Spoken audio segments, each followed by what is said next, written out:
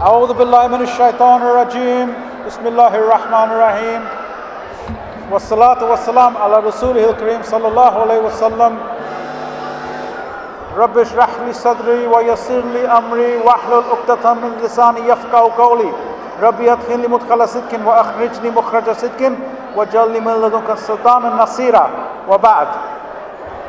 Assalamu alaikum, brothers. I want to speak today about the magal and what is it that the magal of Sheikh Ahmad Bamba is. I know that the Senegalese brothers, they know a lot about this, but I want to take a look at the philosophical and spiritual ideas which we should understand from the magal of Sheikh Ahmad Bamba. Now, what we're celebrating in the magal, we are celebrating the exile of Sheikh Ahmad Bamba. Now, this is a very strange thing. How is it that Sheikh Ahmad Bamba is exiled by the French colonialists and we are celebrating? Because from 1895 to 1902, he was exiled to Gabon. From 1903 to 1907, he was exiled to Mauritania. And then for the rest of his life, till 1927, he was under house arrest. So what are we celebrating? Well, this is a question which we must answer from the teachings that we have received of Ahmad Bamba. So, let us look. Should I carry on? Okay. So, let us look at the reasons for the exile. If we look at worldly reasons, if you like political reasons, the reasons that people who believe in a materialistic philosophy, they will give, the reason for the exile was that the French colonialists, they thought Ahmad Bamba might launch a jihad. They thought that, like other shuyukh in the past have launched a jihad, this might be what he will do. They thought maybe Ahmad Bamba is too popular. Maybe he has too much influence. Bismillahir Rahmanir Rahim. Okay, to continue. The important thing is that if you look at the exile of Ahmad Bamba from materialistic point of view, from the point of view of the European thinking, then you say that the reason why Ahmad Bamba was exiled is because the French colonialists were afraid that he might launch a jihad, or they were afraid that he had some influence over young people. So the colonialists feared him for this reason. That's fine, that's one way of looking at it. But what about the spiritual way of looking at it? What about the way of looking at it that Ahmad Bamba himself looked at? We know that in the life of Ahmad Bamba, he had reached a stage of spiritual progress, a stage of spiritual growth. He had become one of the friends of Allah. He had become one of the awliya of Allah. But he wanted to be even closer to Allah. Ahmad Bamba wanted to be so close to Allah and so close to the Prophet ﷺ that he saw in a dream that the Prophet ﷺ said that if you want this degree of closeness to Allah, you must go through many trials and tests. You must show that you are patient. You must go through great hardship and not fight back, not complain, not even raise a complaint. You can't even complain. You must struggle in the way of Allah as a true saintly man. So this is the spiritual reason behind his exile. So basically, what we want to understand first of all is that when we look at the exile of Ahmad Bamba, what we are celebrating when we do the magal, we are celebrating Ahmad Bamba finding closeness to Allah and the Prophet ﷺ as a result of his trials, the first of which was his exile to Gabon. So we celebrate the magal because this is a great victory for a holy man finding great closeness to Allah through trial and suffering. Now, this is a great story.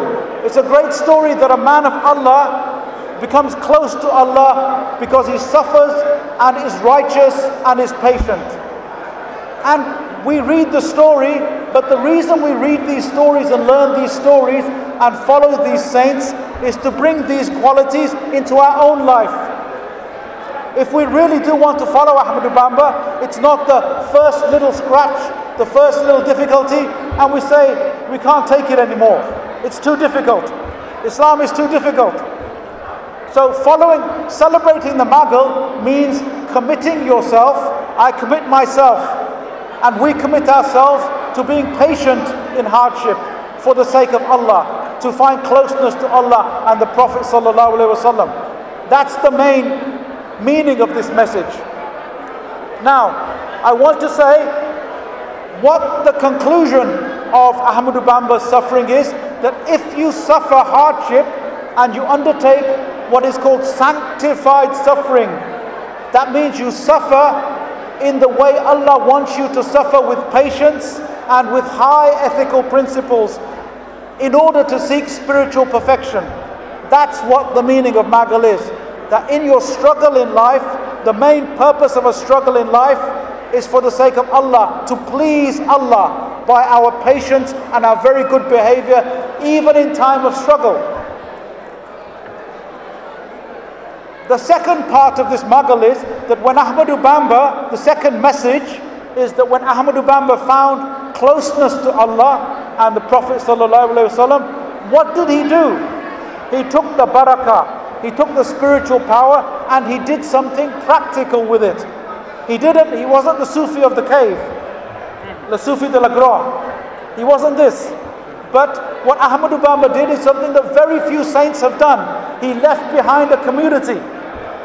There are great saints of the past. We love the great saints of the past, like Abdul Qadir Jilani, Imam al-Ghazali, all great saints. But none of them left a community. Ahmadu Bamba left a community behind him. So, with the spiritual power that Allah gave Ahmadu Bamba, what he did is he left a legacy. The first legacy is a community. That's the first legacy of Ahmadu Bamba. The second legacy is a new philosophy for this modern age. It is the philosophy of the Jihad al-Akbar. Ahmadu Bamba said, "Inni ujahidu bil ulumi wa bit tuqa." Ahmadu Bamba is not a suicide bomber. Ahmadu Bamba didn't say, "I want terrorism." Ahmadu Bamba didn't say, "Okay, the West is against us, let's go drop a bomb, kill women and children, and we will call this jihad." People who do this, they make everybody hate Islam. Would you like a religion which kills women and children? I don't think so. So what Ahmadu Bamba is doing is teaching us that in this time we will launch a jihad with knowledge and with taqwa, with faith in Allah, with piety. So in this age, what the Ummah needs is to understand that if we are going to struggle for the sake of Islam, it must be done through seeking knowledge and through piety. Now don't we all say Ahmadu Bamba, he was a great sheikh. He left behind 7.5 tons of manuscripts. I went to Touba. There was one library in Touba just of Ahmadu Bamba's books. Is that right? Yes. Okay, I went to that library. Now what I'm saying is, now if we are murids, all of us, we ourselves here in London must set up structures where we teach Islam to our murids and even to people who are not murids. If we emulate Ahmadu Bamba, the first thing we must do is to create some kind of modern way of teaching his teachings to the people of our time. It is not, we should not say, "Oh, he was a great sheikh, he left behind 7.5 tons of knowledge," and then we go to sleep. The purpose is that we ourselves learn the knowledge and teach it to our children in an organized way. It's a shame, I did a PhD in Ahmadu Bamba's writings myself. Sometimes the Western professor knows better than us who is Ahmadu Bamba. I was amazed they're quoting Ahmadu Bamba to me in Arabic. I was amazed. They know his qasidas by heart. We must ourselves think then, if we want to really, truly follow the legacy of Ahmadu Bamba, we must say that I will fight with knowledge and with taqwa. The first thing in Islam is I advise, one of the great things is to understand the writings of Ahmadu Bamba. Not just to read them for barakah. Reading for barakah is a great thing. If you read for barakah, you get barakah. You grow spiritually. But if you understand what he's saying, this will change your life completely. because there are things in Ahmad Bamba's writings that I didn't find anywhere else. I have been taught the writings of Imam al-Ghazali. I have been taught the writings of Abdul Qadir al-Jilani. I have been taught the writings of Shah Waliullah, all great saints, all great writers. They did great work. But I found things in Ahmad Bamba's writings which I didn't find anywhere else.